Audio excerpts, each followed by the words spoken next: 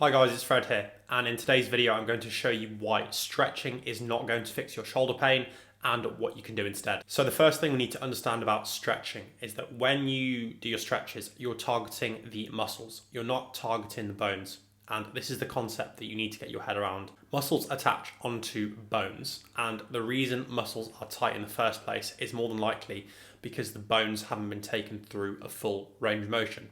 So think about this very basically when you do a bicep curl, always the best and most simple example, and your elbow is flexing, so it's bending, and then it's extending, so it's straightening. Imagine if you couldn't do a full bicep curl, and you could only do like a partial curl, and you could never do a full one. The muscles would get tight and they would get used to that range of motion, but the thing that is actually controlling how far those muscles are moving is the bones, so what's happening at your elbow joint. This is exactly the same at the shoulder or at any other muscle group. The bones are controlling what the muscles are doing. So with stretching, you're just focusing on the outer layer, if you imagine an onion. And the outer layer isn't actually fixing the root cause of the issue.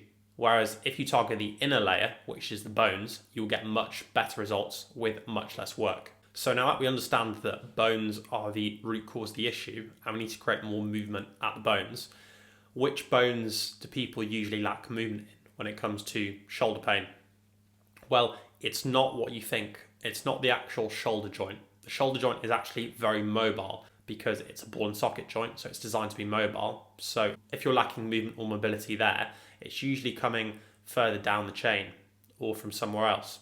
So with the shoulder, it's usually you're lacking movement or mobility at the shoulder blade or the scapula. You're lacking it at the rib cage, or you're lacking it at the spine. Now, I've just brought up a few images and videos here of those three structures. So the shoulder blades, the rib cage, and the spine. Look how big those structures are compared to the little shoulder. So you can see that they might have a massive role or a massive impact in terms of how the shoulder actually moves or functions. Just think about that for a second. So again, compare the shoulder joint, its ball and socket nature. It in itself is not an immobile joint. So if you're lacking mobility with pressing or it feels tight, usually it's from somewhere else in the body that's becoming a limiting factor. So, for example, with all the movements we do in the gym, typically we're told to pin our shoulder blades down and back all the time. So if your scapula or shoulder blades are just pinned back all the time, you lack movement in those bones, because actually the shoulder blades are actually designed to scoop and roll forward around the rib cage as well as pull back. So you actually need to train both movements. Same thing with the rib cage. If you were being told all the time that a particular posture or position is good or bad, your breathing mechanics might get a bit messed up as well. So if you're being told with every exercise that you should have your shoulders back and down, then your breathing mechanics are also going to get screwed up with your rib cage, because usually with our rib cage, we want a pump handle movement with our sternum. So our sternum should just be moving up and down as we're inhaling and exhaling, very simply. But what can sometimes happen is, just due to the nature of work or other psychosocial factors early in our lives, can affect obviously our general resting posture. So instead of our pump handle moving up and down, it might move slightly differently. It might just be stuck down, or it might be stuck up. Couple that with then being told a particular posture is bad, we might then be stuck up with our chest up towards the sky, or we might be stuck down here. So we actually need to improve our breathing mechanics as well. And that can affect muscles, down by the side of the rib cage, our obliques, our intercostal muscles, which can tie in and affect how the shoulder is functioning. And number 3 is the spine. And this is the same concept. A lot of the time, there's a lot of kind of rubbish around the spine shouldn't move when we're doing gym exercises, and with a lot of our gym exercises it doesn't. Think about it. If we're being told in the deadlift just to keep a flat and neutral spine, the spine won't move. In the back squat, it probably won't move. In a lot of gym exercises, the spine doesn't move, even though it's designed to move. So again, number 3 is actually getting the spine to flex, bend, rotate, side bend, actually get to do what it was designed to do, as opposed to just being stuck in one rigid position and being very, very mobile. And obviously the spine is a huge structure, so this also ties into what the shoulder is doing and how it functions. So I'm going to give you 2 really simple exercises to promote movement at these 3 areas, at the scapula or the shoulder blades, whichever you want to call them, at the rib cage and at the spine. So the first exercise is going to be a tall kneeling breathing position. So all you're going to do, set up in a tall kneeling position, pop your hands on your hips. I want you to have a nice and tall spine now, or long spine is a better word. Now what I mean by this is I don't want you to stick your chest up in the air and look up towards the sky. I want you to get this long spine by just elevating yourself slightly in the chair, not like tensing really hard to your traps, but just a slight lift, okay? But it's not changing the position of the chest or the sternum. That stays looking forward. It doesn't stick up towards the sky, okay? So you get a nice long tall spine, hands on your hips. And then what I want you to practice is just gently scooping those shoulder blades forward around the rib cage. I don't want you to use loads of tension and loads of force through the muscles. I just want you to relax and practice scooping. So it's flaring those lats and practicing that bodybuilder pose that you've probably seen, and then relaxing, going back into a neutral position, okay?